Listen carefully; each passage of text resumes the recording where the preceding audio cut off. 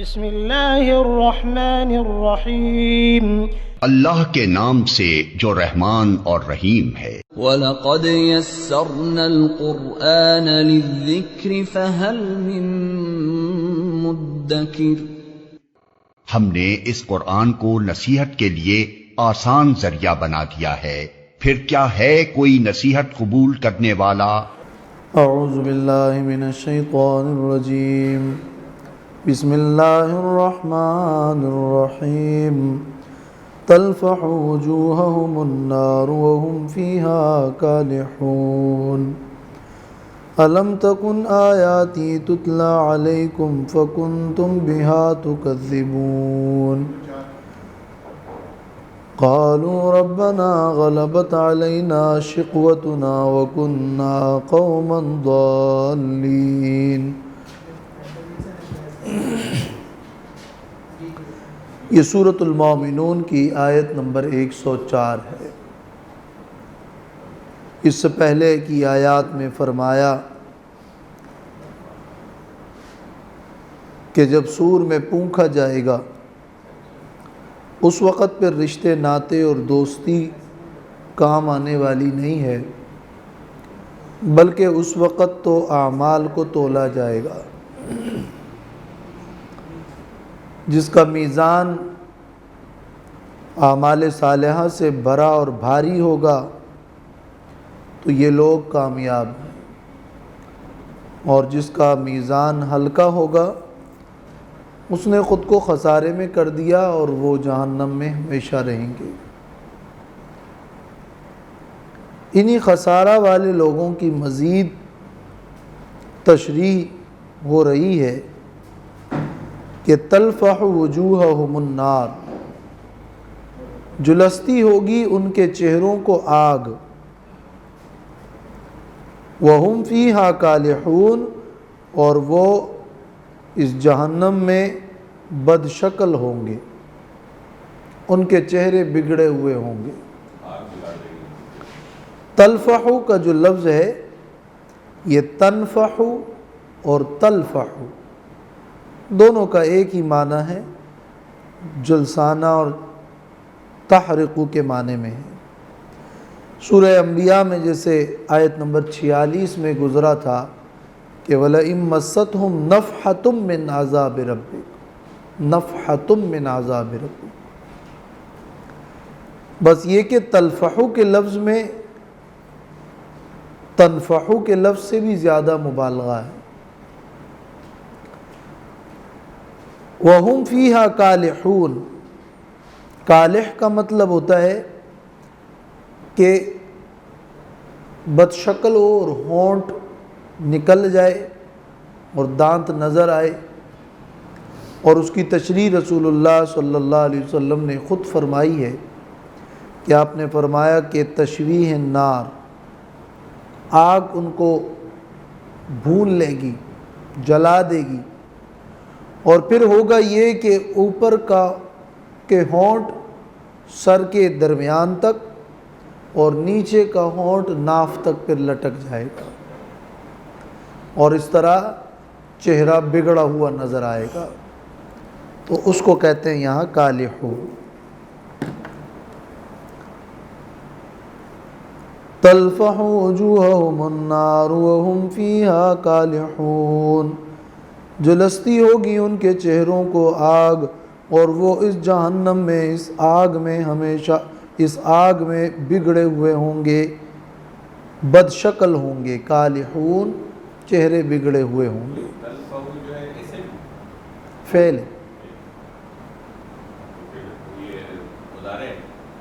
جی، یعنی یہ لام فاحا، الم تکن آیاتی تتلی علیکم فکنتم بہا تکذبون، آیا نہیں تھی میری آیتیں کہ پڑھی جاتی تھی تم پر تو تم ان آیتوں کی تکذیب کیا کرتے تھے۔ ان سے کہا جائے گا کہ یہ تمہارے چہرے جو بگڑے ہوئے ہیں یہ اس لیے کہ دنیا میں تم پر اللہ کی آیتیں، قرآن مجید وہ تم پر پڑھا جا رہا تھا، اس کے مضامین تمہارے سامنے تھے، مگر تم اس کی تکذیب کرتے تھے کہ ایسا کچھ ہونے والا نہیں ہے، یہ سب جھوٹ ہے، یہ سب ڈراؤنی باتیں ہیں، یہ غلط ہے، اللہ کی آیتوں کا تم انکار کرتے تھے۔ قالوا تو وہ کہیں گے جہنمی، ربنا غلبت علینا شقوتنا وکننا قوما ضالین، اے ہمارے رب غالب آ گیا تھا ہم پر، غالب آ گئی تھی ہم پر ہماری بدبختی، غلبت علینا شقوتنا، شقوتنا شقاوتنا، ہماری بدبختی، گھیر لیا تھا ہم کو ہماری بدبختی نے۔ اور اس کا معنی تفسیر مدارک میں ہے کہ معنی یہ ہے کہ شقینا باعمالنا السیئہ التی عملناہا، ہمارے برے اعمال کی وجہ سے ہی ہم بدبخت ہو گئے تھے، ہم پر ہماری بدبختی غالب آ چکی تھی، یعنی ہمارے اعمال بد کی وجہ سے ہی ہم بدبخت ہو چکے تھے۔ اور اس کا یہ معنی کہ ہم پر وہ بدبختی غالب آ گئی تھی جو ہمارے حق میں تقدیر میں لکھا جا چکا تھا، تو اس معنی کے بارے میں امام نصفی لکھتے ہیں کہ وہ معنی صحیح نہیں ہے۔ اس کا مطلب یہ کہ وہ گویا کہ اپنا عذر پیش کر رہے ہیں کہ یعنی ہم نے یہ گناہ، یہ بدعمالیاں اس لیے کی کہ یہ ہماری تقدیر میں لکھا ہوا تھا اور وہ ہم پہ غالب آ گیا، مگر یہاں تو اعتراف جرم ہے نہ کہ عذر۔ یہاں وہ اپنا عذر نہیں بیان کر رہے ہیں کہ ہم نے ایسا کیوں کیا، وہ اصل میں اپنے اس جرم کا اعتراف کر رہے ہیں۔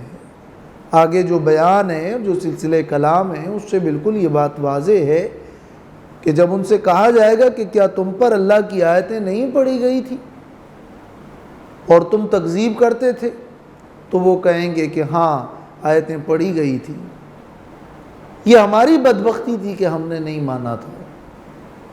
مقصد ان کا یہاں اعتراف جرم ہے، اقرار جرم ہے۔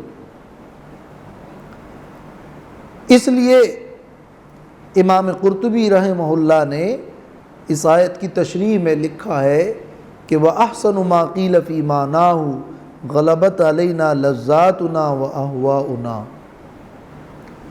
بہترین معنی اس آیت کا یہ ہے کہ ہم پر ہماری بدبختی غالب آ گئی تھی، یعنی ہمیں لذتوں نے اور خواہشات نے گھیر لیا تھا۔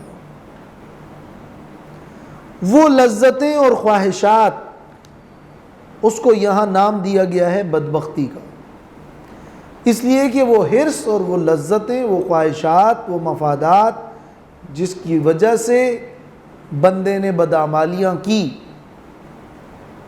وہ سبب بنا بندے کو بدبخت کرنے اور شقاوت اور بدبختی کی طرف لے جانے میں، وہ سبب بنا۔ تو یہاں ذکر بدبختی کا ہے اور مراد وہ اسباب ہیں۔ جس طرح اللہ تعالیٰ نے قرآن مجید میں فرمایا ہے کہ بے شک وہ لوگ جو یتیموں کا مال کھاتے ہیں، انما یاکلون فی بطونہم نارا، وہ اپنے پیٹوں میں آگ کھا رہے ہیں۔ تو مانا وہ جو کچھ کھا رہے ہیں وہ ان کو آگ میں لے جانے والا ہے۔ تو ذکر تو آگ کا کیا اور مراد ان کے وہ حرام مال ہے، تو حرام مال چونکہ سبب ہے آگ کا تو ذکر آگ کا ہوا۔ اسی طرح لذات اور خواہشات نفس وہ سبب ہے بدبختی کا، شقاوت کا، تو ذکر یہاں شقاوت کا ہے اور مراد لذات اور خواہشات اور حرص۔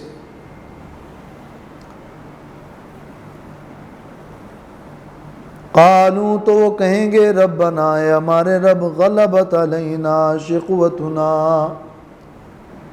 گھیر لیا تھا ہم کو ہماری بدبختی نے، وَكُنَّا قَوْمًا ضَالِّينَ، اور تھے ہم قوم گمراہ۔ یہ اعتراف ہے،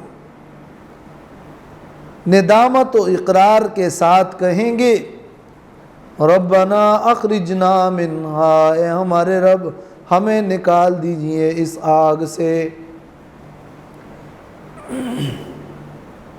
فَإِنْ عُدْنَا، پھر اگر ہم لوٹ آئے فَإِنَّا ظَالِمُونَ، تو پھر ہم ظالم ہوں گے۔ اگر دنیا میں جا کر ہم نے پھر سے نافرمانی کی تو اس وقت پھر ہم اپنی جانوں پر ظلم کرنے والے ہوں گے۔ ابھی ہمیں یہاں سے چھٹکارا مل جائے۔ یہ جہنم کے اندر بھی وہ دنیا میں واپسی چاہیں گے۔ طلب الرجعۃ الی الدنیا کما طلبوها عند الموت، وہ دنیا کی طرف واپسی کا مطالبہ جہنم میں بھی کریں گے جس طرح کہ موت کے وقت انہوں نے یہ تمنا کی تھی۔ قال رب ارجعون حتی اذا جاء احدهم الموت قال رب ارجعون لعلی اعمل صالحا۔ اسی طرح اب یہاں جہنم میں بھی کہیں گے ربنا اخرجنا منہا فإن عدنا فإنا ظالمون۔ قال اخسئوا فیہا ولا تکلمون، اللہ فرمائے گا کہ راندے ہوئے پڑے رہو، دور ہو جاؤ اس جہنم میں، ولا تکلمون، اور مجھ سے بات نہ کرو۔ اخسا اصل میں حقارت کے ساتھ کسی کو دور کرنے کے لیے ہوتا ہے، دھتکارنا۔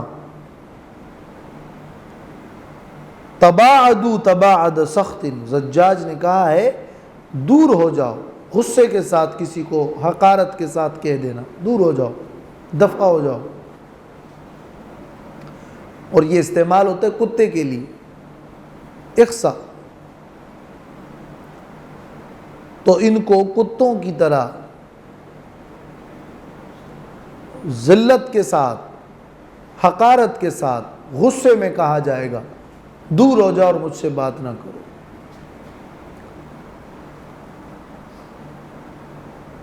اور آثار سے یہ بات معلوم ہے کہ اس کے بعد پھر ان کی فریاد منقطع ہو جائے گی، پھر ان کی آوازیں ہی ہوگی، چلانا ہی ہوگا، چیخ پکار ہوگی، زفیر و شہیق ہوگا، گدھوں کی طرح کی آوازیں ہوگی۔ اس کے بعد پھر یہ کلام نہیں کر سکیں گے۔ اور تفاسیر میں ہے کہ یہ جواب ان کو 1000 سال بعد ملے گا۔ وہ جب وہ فریاد کریں گے کہ ہمیں یہاں سے نکال دو، وہ جواب 1000 سال ملے گا، بعد ملے گا، اور وہ یہ ہوگا کہ اخسؤ۔ یہ مضمون قرآن مجید میں سورۃ سجدہ کے اندر ہے، آیت نمبر 12۔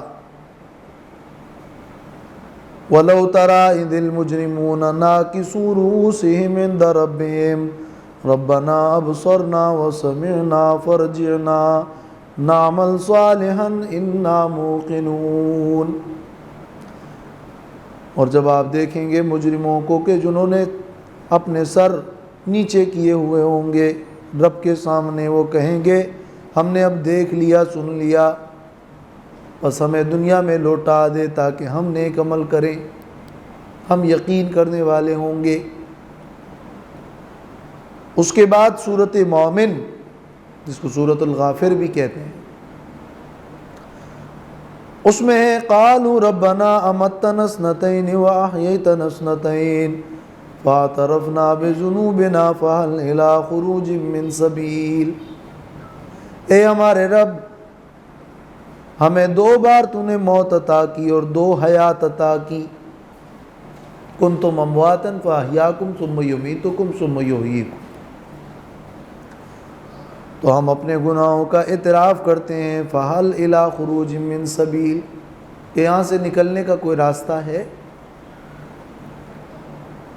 سورۃ زخرف آیت نمبر 77 میں ہے وَنَادَوْا يَا مَالِكُ لِيَقْضِ عَلَيْنَا رَبُّكَ قال انکم ماکثون، جہنم کے داروغہ فرشتے مالک سے کہیں گے اے مالک اپنے رب سے کہہ دے کہ ہم پر فیصلہ ہو جائے،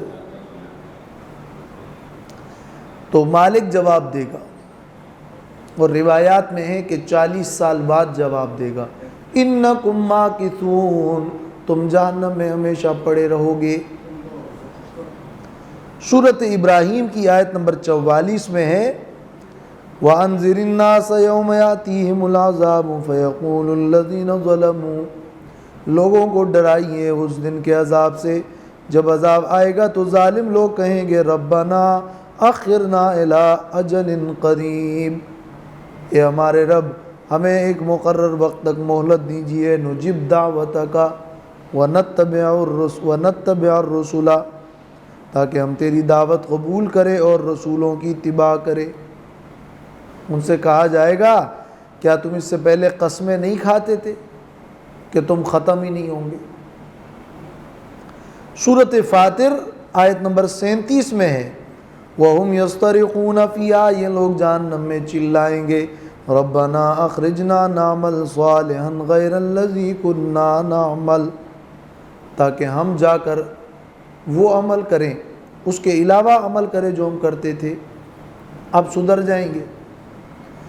اولم نعمرکم ما یتذکر فیہ من تذکر وجاءکم النذیر، کیا ہم نے تمہیں وہ عمر نہیں دی تھی جس میں نصیحت کرنے والا، نصیحت لینے والا نصیحت قبول کر لیتا، اور تمہارے پاس ڈرانے والا بھی آیا تھا، لیکن اب عذاب چکو فما للظالمین من نصیر۔ اور پھر یہ سورہ مومنون کی آیات، یہ پہلے مالک فرشتے سے کہیں گے جب اس سے جواب نہیں، کچھ نہیں ہوگا، کچھ نہیں بنے گا، پھر رب سے دعا کریں تو رب انہیں جواب دے گا کہ اخسؤوا فیہا ولا تکلمون،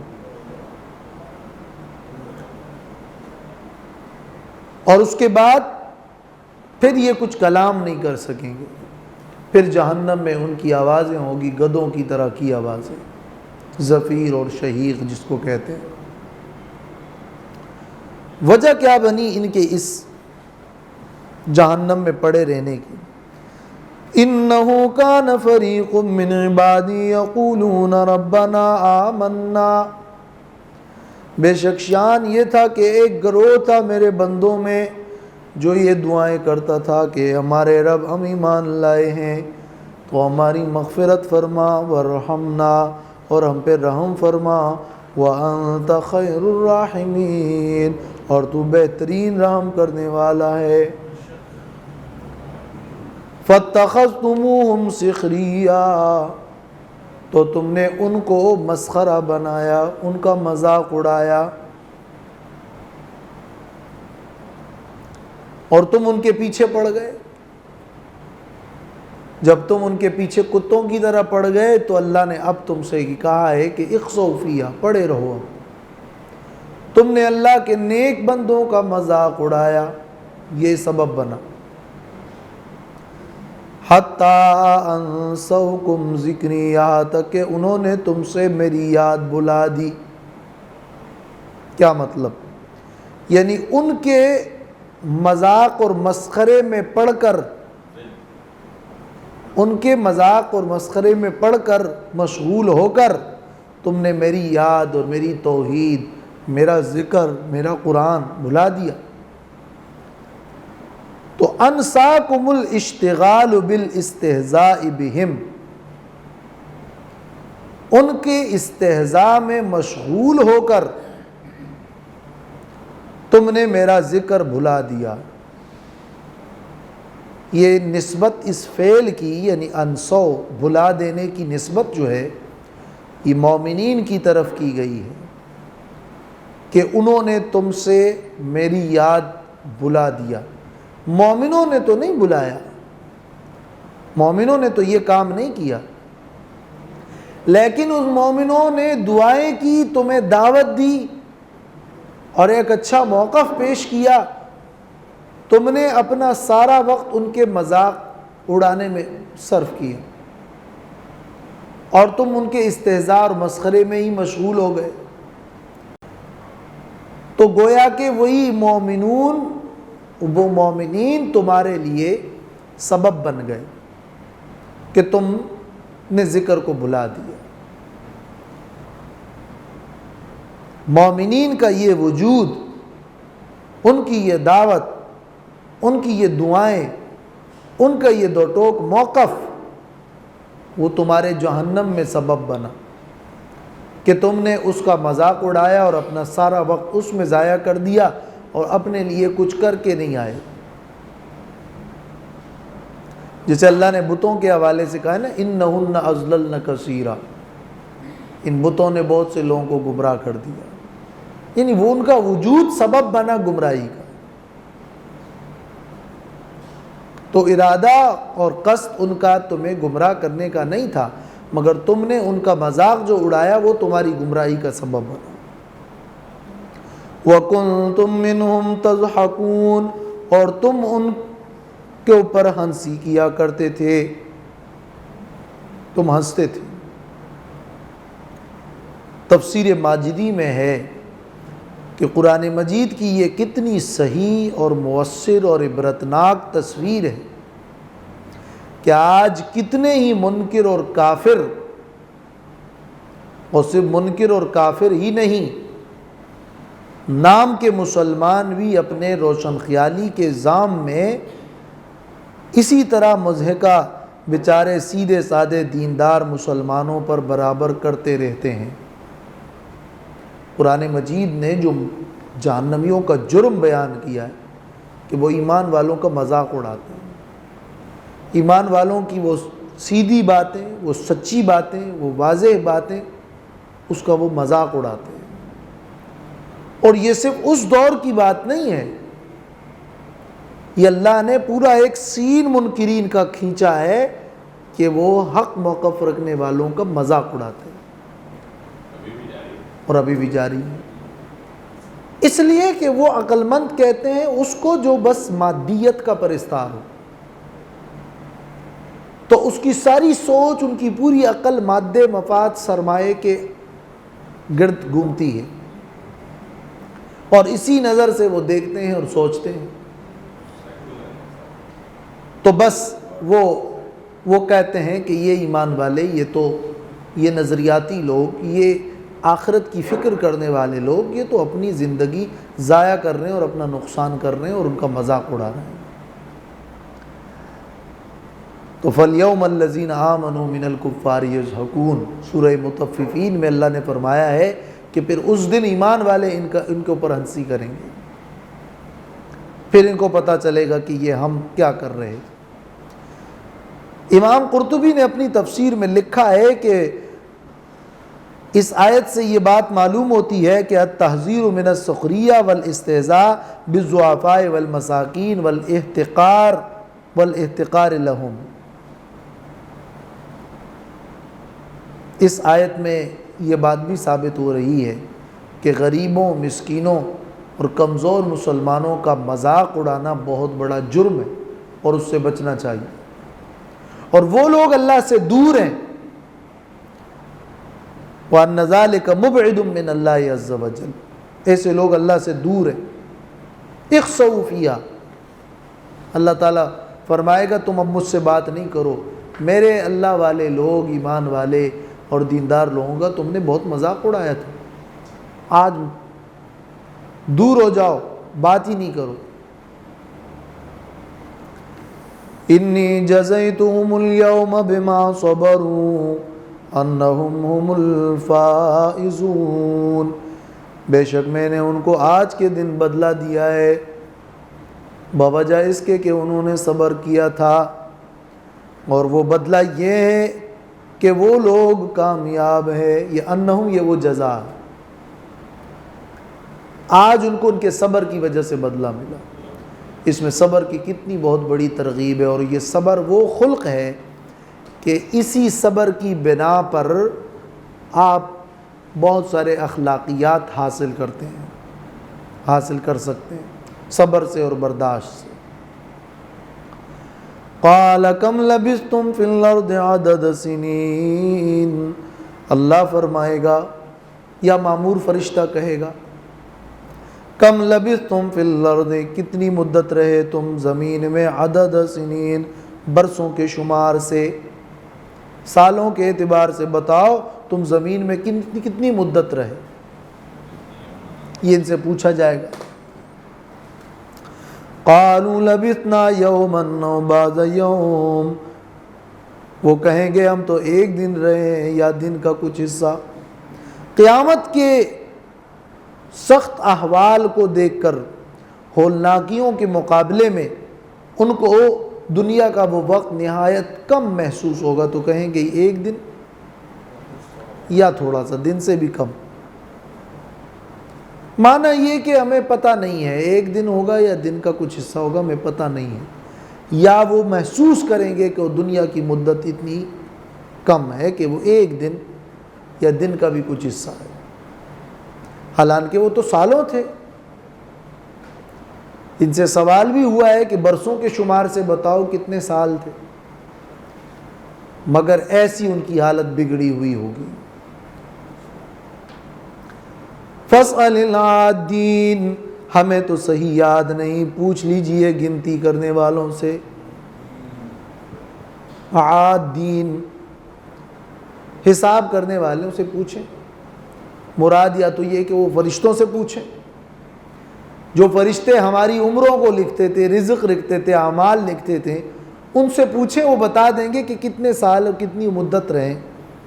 ہمارے اندازے میں تو ایک دن یا 1.5 دن ہوگا یا دن کا کچھ حصہ ہوگا۔ قال ان لبثتم الا قلیلا، اللہ تعالیٰ فرمائے گا نہیں رہے تم دنیا میں مگر بہت تھوڑی مدت، ایک دن اور دن کا کچھ حصہ تو نہیں تھا، مگر تمہارے اقرار سے اتنا تو پتہ چلا کہ مدت کم تھی، اور یہ بات تو طے ہے کہ مدت دنیا کی قلیل ہے آخرت کے مقابلے میں، کیونکہ دنیا اور دنیا کی عمر اور دنیا کی مدت متناہی ہے، محدود ہے، اور آخرت کی مدت لامحدود ہے، لامتناہی ہے۔ لو انکم کنتم تعلمون، کاش کہ تم جانتے کہ دنیا کی مدت قلیل ہے، یہی بات اگر تم دنیا میں جانتے اور اس بات کا تمہیں احساس ہوتا کہ یہ دنیا کی مدت قلیل ہے۔ آج تو تم کہہ رہے ہو یہ ایک دن یا دن کا کچھ حصہ تھا، کاش تمہیں اس بات کا احساس دنیا میں ہوتا تو تم یہ حرکتیں نہ کرتے، تم یہ بدعمالیاں نہ کرتے۔ گویا اس آیت سے یہ بات ثابت ہو رہی ہے کہ جب ہمارے سامنے دنیا کی مدت کی قلت نہیں ہوتی تو ہم غفلت میں ہوتے ہیں۔ جس کو یہ فکر ہوتی ہے کہ ہم مرنا ہے، مدت بہت کم ہے، کتنی عمر ہوگی؟ ایک شخص اپنی زندگی پر غور کرے، آج زیادہ سے زیادہ عمر کسی کو اگر ملی ہے اور ملتی ہے تو کتنی مل سکتی ہے؟ 100 سال۔ ایک مدت پھر 80 90 100 کے بعد تو وہ عمر ہوتی ہے کہ پھر بندہ خود کہتا ہے کہ وہ اتنا پریشان اور اتنا کمزور، اتنا نڈال کہ وہ اس کے بعد کی عمر تو اس کی عزت والی عمر رہتی نہیں ہے۔ اب اس زندگی میں جو نارمل 60 سے 70 کے درمیان کی عمریں ہیں اس امت کی، اس پہ غور کریں کہ اس میں بچپنے کا عمر اور پھر جوانی کا، اور وہ زندگی کے 25 30 40 50 سال جو گزر گئے ہیں، اس کو چھوڑ کر جو اب رہی صحیح مدت ہے، ذرا اس پہ غور کریں کہ کتنے سال اور رہنا ہے دنیا میں۔ چلو آپ ہی کو کہتے ہیں کہ آپ خود اپنے لیے ایک عمر مقرر کر لیں، آپ کے اندازے کے مطابق آپ کی اور کتنی عمر ہوگی؟ حالات دیکھ کر، لوگوں کو دیکھ کر، مشاہدہ کر کے، اگر آپ زیادہ سے زیادہ بھی مدت اپنی مقرر کر لیں تو کیا مدت ہوگی؟ اس میں پھر آپ جتنا وقت کھانے پینے میں اور سونے میں صرف کرتے ہیں وہ بھی پھر مائنس کر دیں۔ تو بچا ہی کیا؟ اس مدت کے لیے اسی مدت میں اپنی انسان وہی مدت بنانے کی فکر تو کرے اور مرنے کے بعد کی زندگی کے لیے تیاری نہ کریں تو کیا وجہ ہے؟ یا تو اس کو بالکل عقل ہی نہیں ہے، یا پھر وہ آخرت کو مانتا ہی نہیں ہے، پھر وہ خود کو مسلمان کیوں کہتا ہے؟ اگر وہ موت کے بعد کی زندگی، برزخ کی زندگی، وہاں کے جزا و سزا، جنت اور جہنم کو اگر وہ نہیں مانتا تو پھر تو کہہ دیں کہ مسلمان نہیں ہوں۔ مگر جب وہ خود کو مسلمان کہتا ہے تو یہ تو اس کا ایمان کا حصہ ہے۔ جب وہ یہ مانتا ہے اور اس کے بعد کی ایک لامتناہی زندگی ہے، پھر اس تھوڑی سی مدت کے لیے تو وہ بھرپور تیاری کرے اور آخرت کے لیے کچھ نہ کرے، آخر وجہ کیا ہے؟ سبب کیا ہے؟ یہ وہ یقین کی کمزوری ہے۔ اور جب یہ احساس ہوگا تو یہ ایک بہت بڑا علم ہے جو انسان کو حاصل ہو گیا۔ لو انکم کنتم تعلمون، کاش کہ تمہیں پتہ چل جائے کہ تم دنیا میں کتنی مدت رہے تھے اور کتنی مدت رہو گے، اور یہ دنیا کی مدت کتنی قلیل ہے، اور کاش کہ تمہیں پتہ چل جائے، یا اگر تمہیں پتہ چلتا کہ تم اللہ کی طرف پلٹو گے تو تم پھر عمل کرتے، پھر یہ صورتحال نہ ہوتی۔ افحسبتم انما خلقناکم عبثا وانکم الینا لا ترجعون، تو کیا وجہ ہو سکتی ہے آخرت سے غفلت کی؟ تو وجہ کیا یہ وجہ ہے کہ تمہارا یہ گمان ہے؟ کیا تم یہ گمان کرتے ہو کہ ہم نے تمہیں پیدا کیا ہے عبثاً، بیکار؟ کہ تمہارا خیال ہے کہ تم یوں ہی پیدا ہوئے ہو اور پھر مر جاؤ گے اور پھر آگے کچھ سوال جواب نہیں ہے اور تمہیں دوبارہ اللہ کی طرف پلٹنا نہیں ہے؟ عبثاً کا یہ معنی ہے کہ کیا ایحسب الانسان ان یترک سدی، کہ انسان گمان کرتا ہے کہ اس کو یوں ہی چھوڑ دیا جائے گا مہمل اور بلا فائدہ؟ کیا تمہیں پیدا کیا گیا اور تمہاری پیدائش کا کوئی مقصد نہیں ہے؟ یا تمہیں پیدا کیا گیا اس لیے کہ تم بس کھیلو کودو؟ عبثاً کے دو مطلب ہے نا، تمہیں پیدا کیا ہے کھیل کے طور پر، ہم نے کھیل کے طور پہ ہی تمہیں پیدا کیا، یا تمہیں پیدا کیا ہے کھیل کے لیے کہ تم کھیلتے ہی رہو؟ وَأَنَّكُمْ إِلَيْنَا لَا تُرْجَعُونَ، اور کیا تم یہ گمان کرتے ہو کہ تم ہماری طرف نہیں لوٹائے جاؤ گے؟ یہ عبثاً جو ہے یہ حال ہے یا مفعول لہو ہے۔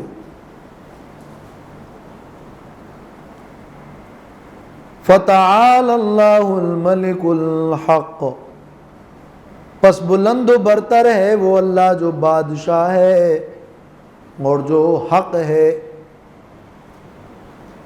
وہ اللہ اس سے بہت بلند ہے کہ اس کے لیے اولاد اور انداد ہو اور اس کے لیے شریک ہو، اور اس سے بہت بالا ہے کہ وہ اللہ بیکار لوگوں کو پیدا کرے، اس لیے کہ وہ تو حکیم ہے، دانا ہے، اور حکیم عبث اور بیکار تخلیق نہیں کرتا۔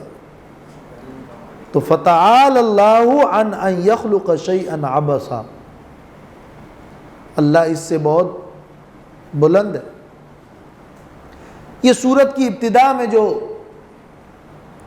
مضمون چلا تھا فتبارک اللہ، تبارک کے بعد یہ تعالی ہے۔ تبارک اور تعالی کا ایک مطلب،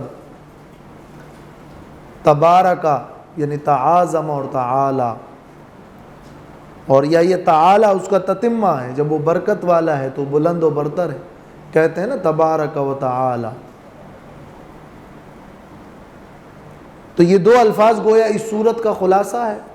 اس صورت میں یہ مضمون ہے کہ اللہ تعالیٰ ہر چیز میں خیر ڈالنے والی ذات اللہ کی ہے، برکت والی ذات اللہ کی ہے، اور وہ بلند و برتر ہے۔ تبارک و تعالی، یہ صورت کا خلاصہ ہے، تبارک و تعالی۔ الملک جو بادشاہ ہے، اور الحق، الحق حق کا معنی یہ کہ بادشاہی اس کا حق ہے، بادشاہی اس کے لیے لائق ہے. اور الحق کا یہ معنی ہے کہ وہ ثابت ہے اور وہ اس کے لیے کوئی زوال نہیں. الحق ثابت ہے، اس کے لیے کوئی زوال نہیں. الحق ثابت اور لائق ہے، یہ بادشاہی اور عبادت اسی کے لائق. حق کے دو مطلب ہو گئے، یعنی حق یعنی اس کے لیے عبادت اور الوہیت حق ہے، اور وہ خود بھی ثابت اور حق ہے اور لا یزول ہے. لا الہ الا ہو، نہیں ہے کوئی معبود عبادت کے لائق، کوئی الہ سوائے اس اللہ کے. رب العرش الکریم، وہ رب ہے عرش کریم کا، عزت مند عرش کا مالک ہے. رب ہے، مالک ہے، یا رب من مالک، عزت مند عرش کا. الکریم کا جو لفظ ہے یہ جمادات کی صفت میں جب الکریم آ جائے تو بمعنی حسین ہوتا ہے، اچھا. وہ بہترین عرش کا مالک ہے. اور یہ اس سے پہلے آپ آیت نمبر 81 میں عرش عظیم کا ذکر تھا، اور یہاں عرش کریم کا ذکر ہے. وہاں پہ سوال عظمت کا تھا، اور یہاں بادشاہی کی صفات میں کریم کی صفت زیادہ مناسب ہے. صفات بادشاہی کی یہاں ذکر ہو رہی ہے.